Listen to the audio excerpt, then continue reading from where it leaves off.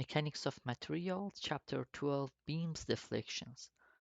This example is a example of a constant flexural strength, uh, but varying the cross-sectional area. So we have the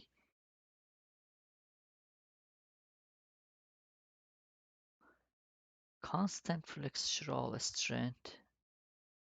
So if you remember in bending, sigma is mc over I, m times c over second moment of inertia.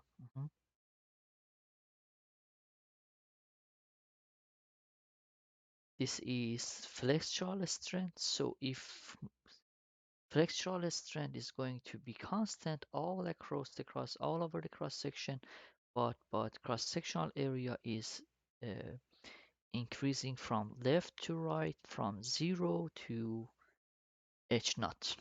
We want to know how to calculate the maximum deflection at free end. So we want to calculate maximum deflection at free end over here to see what is delta maximum.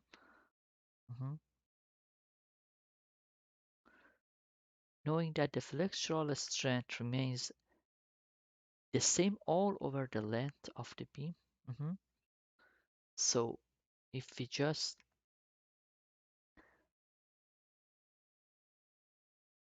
consider delta maximum at free end and base off of and take an element from left to right, which is there is a zero thickness to a moving all the way toward h naught, and based on second moment area theorem, it just says the tangential deviation from A from B with respect to B is exactly delta maximum.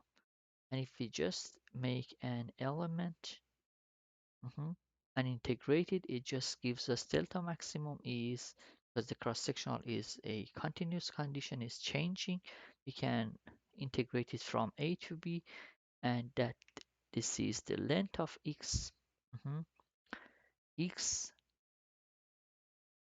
times mx over ei. That's our then dx. That's our a maximum deflection. Let's see how we can approach the problem. Mhm. So if again flexural strength remains the same, it means a sigma, which is mc over I, is constant for any cross section as well. So if we just cut the section at a distance of x, develop the moment equation, it just gives us mx is equal to p times the length x. And because the flexural strength is the same, so if this is h naught at the very uh, end of the beam, so it means a flexural strength at the end is going to be equal to any other part, for example, the length x. So that's m times h naught over 2 over I naught is equal to mx, m related to the length of x, times hx, whatever hx is, and also our moment of inertia uh, uh, related to that length of beam. So m is equal to pl, mx is equal to p times x. I naught is a 112 base cube, h naught, h naught, h naught cube, and the ix is equal 112 base hx cubed. So if we simplify the equation, we can get an equation p and p are cancelled at the numerator, and b over 12 is cancelled out at the denominators, and we get an equation of which tells hx is equal to a square root of x over L times H naught. And at the same time, Ix is a 112 b times hx cubed, and I naught is equal to 112 base h naught cubed. And if we write Ix base of I naught, it just gives us Ix equal to, mhm, if you divide these two equation, it just gives you Ix equal to I naught hx cubed over h naught. And we just calculate of that hx is equal to square root of x over L times h naught. If we replace hx in this equation, we can get Ix base of I naught, and that's a relation of Ix is equal, the relation is Ix equal to x over L in parentheses to the power of 1 half times I naught. Now, if we replace that in our equation, which is delta maximum equal to tangential deviation of A with respect to B, and that's integration of A to B x times mx over EI. And EIx, we just calculate that times dx. That's the equation based off of second moment area theorem. And that gives us the equation for integration from 0 to L x times mx, which is px, and times dx over EIx. If you replace EIx in the equation based off I naught, it's just I naught x to the power of 1 half. So it just gives us, let's take the constant out of integration, it just gives us the delta maximum constant times a 2/3 of x to the power of 1 half from 0 to L. And if you replace that in the equation, it just gives you a delta maximum, which is equal to 2 times PL cubed over 3 EI naught. And that's even more interesting, because if you make a comparison, that's delta maximum, which happens at the free end, and that's 2 times PL cubed over 3 EI, or EI naughts. And that's very interesting, because if we know, if we have a cantilever beam with flexural rigidity of EI, and a constant height all across the cross-sectional area, so in that case, delta maximum is just PL cubed over 3EI for this kind of a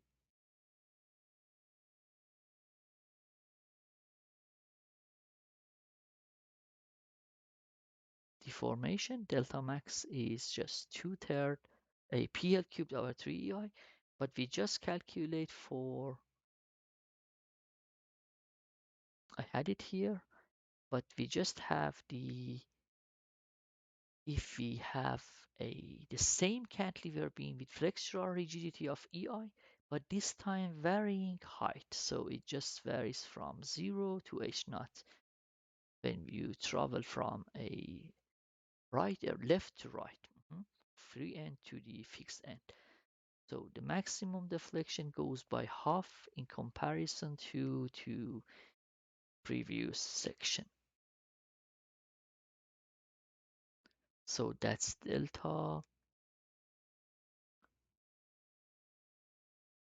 maximum, which is a PL cubed, and if you do the math for this one, it just goes, we just calculated to have a 2 PL cubed over a 3 EI.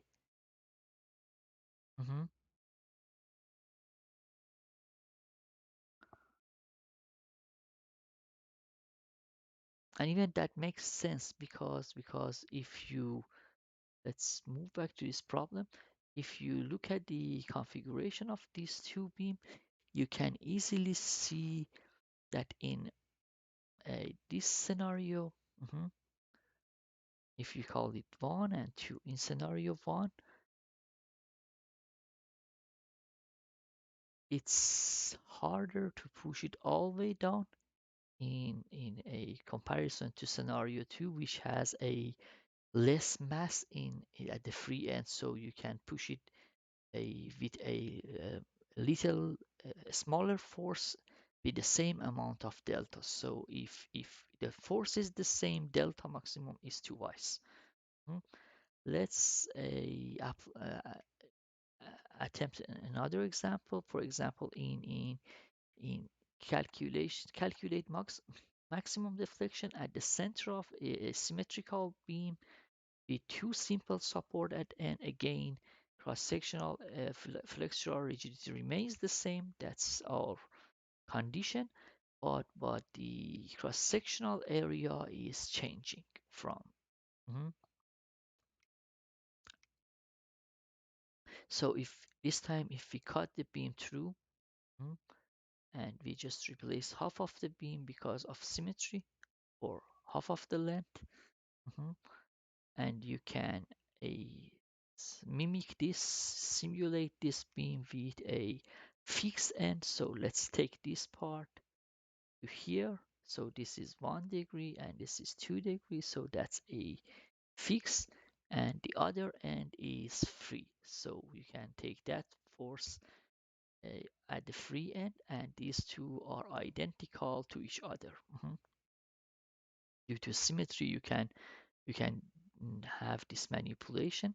And from the example one, we know that delta maximum is a two. This time is if we have a cantilever beam, which a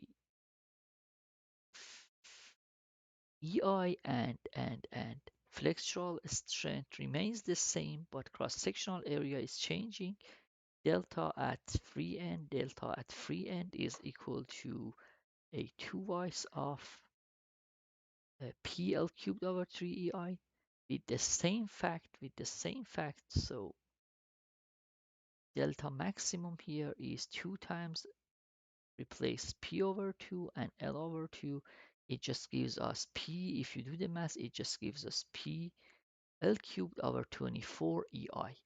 And that's also interesting because if you make a comparison between a normal two simple support beam, delta maximum at the center is it just gives us a delta maximum which is equal to PL cubed over 48 EI. We had it in chapter 12. Mhm. Other example of this, the same section, you can review them.